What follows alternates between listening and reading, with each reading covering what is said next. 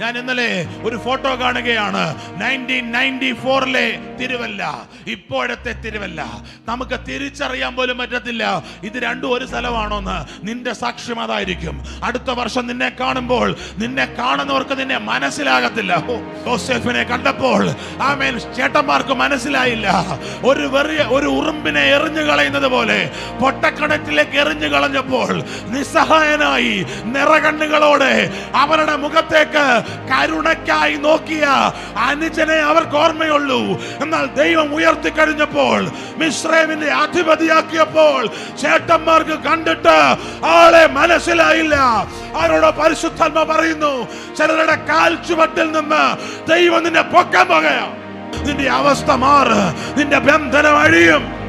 നീ ഇത് വിട്ടു പോകരുത്, നീ ഇവിടം വിട്ടു പോകരുത്. വർഷങ്ങൾ കൊഴിഞ്ഞുപോയി, മുടി പലതും നരച്ചു, ശരീരത്തിന് ബലം കുറഞ്ഞു, പക്ഷെ അവസ്ഥയ്ക്ക് മാറ്റമില്ല. അവസ്ഥയ്ക്ക് മാറ്റമില്ല മകളെ, അത് നാച്ചുറൽ അല്ല. സഹോദര, അത് നാച്ചുറൽ അല്ല. അതിന്റെ പിന്നിൽ ഒരു ബന്ധനമുണ്ട്. ഇതാ ബന്ധനങ്ങളെ പൊട്ടിക്കുന്ന ഒരു അഭിഷേകം വിശ്വസിക്കുന്നവരുടെ മേൽ വ്യാപരിക്കുന്നു.